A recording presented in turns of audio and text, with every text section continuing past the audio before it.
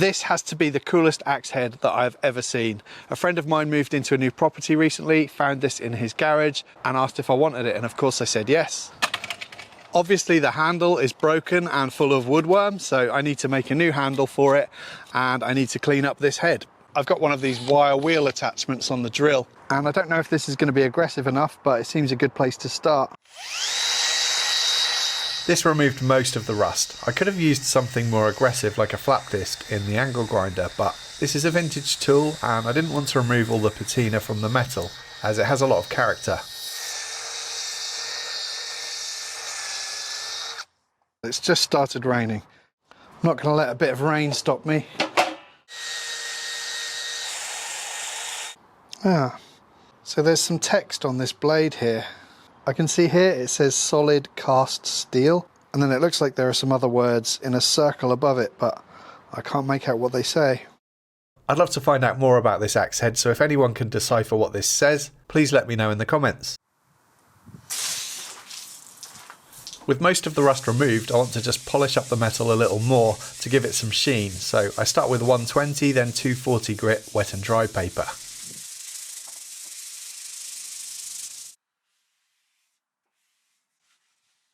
And eventually I got it looking like this, which is as far as I'm going to take it.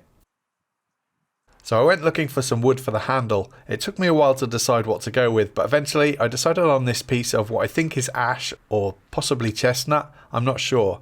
But this piece had really nice straight grain, meaning it should make for a really strong handle, and it was a good size. I believe this is a felling axe, and I've just been doing some research on the internet to see what length the handle should be, and it suggests between 32 and 36 inches, so I'm going to go for about 900 millimeters, I think. I've also got some images up on my phone just as a reference point so that I can sketch out the shape of the handle that I want.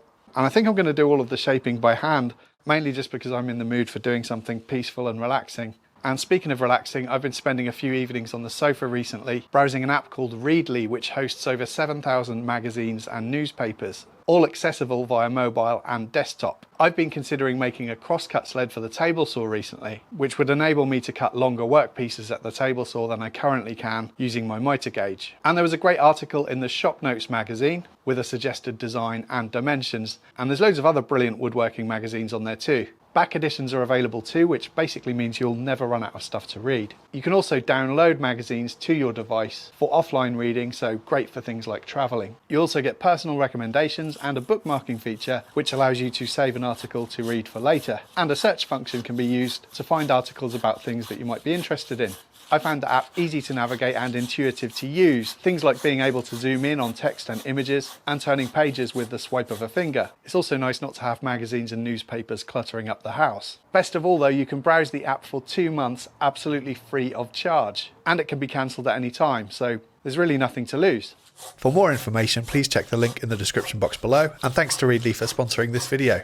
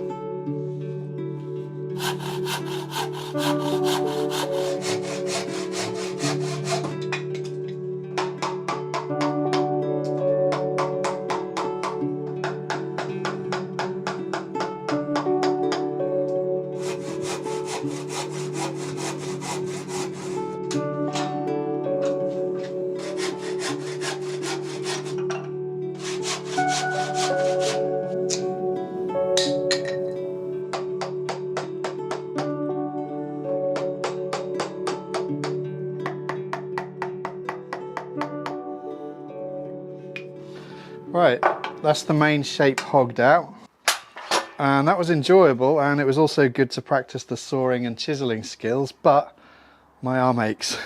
Now it's time to do the bit that I've been most excited about doing, which is shaping the handle using a spoke shave. I really enjoy using spoke shaves, but it's not often that I use them because usually the work I do just doesn't involve them, but this is going to be great for this.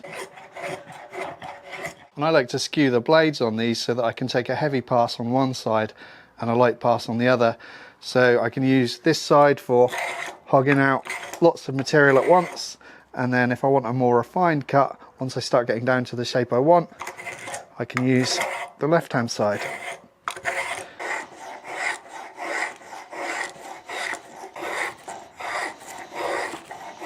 It's probably been a few years since I last sharpened the blade on this though, so I think it might be time for a refresh.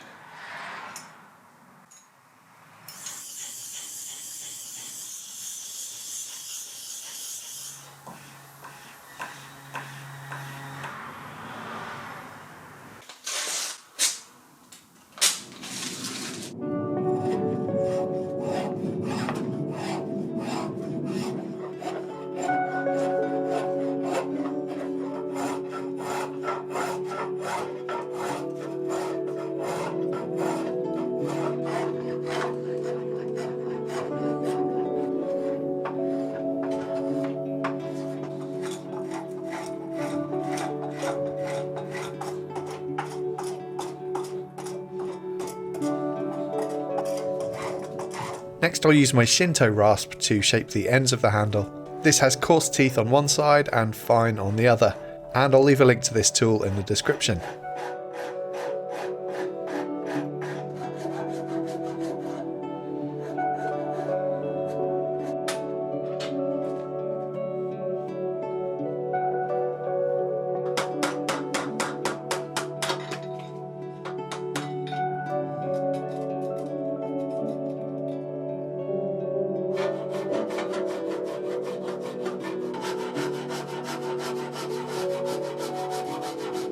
I needed to add a bit of material at the top to get a good fit in the axe head, so I'm using a plane to get the area nice and flat.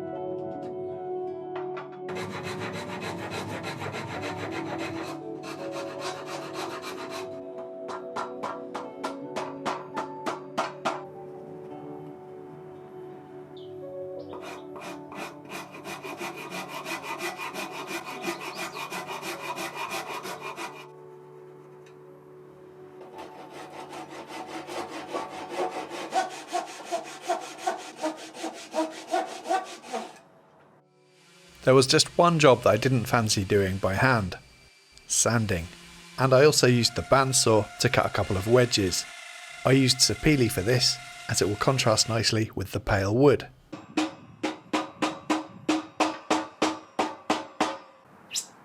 And I'll use some 2-part epoxy to glue the wedges in.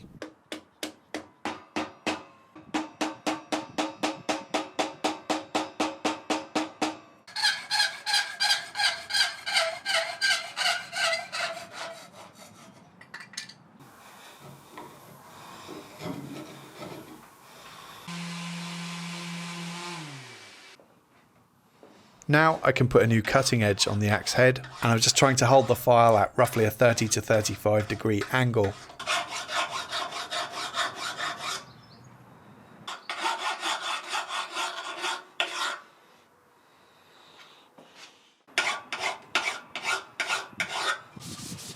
Then a final sanding at 240 grit by hand, and I applied a couple of coats of Leo's wax.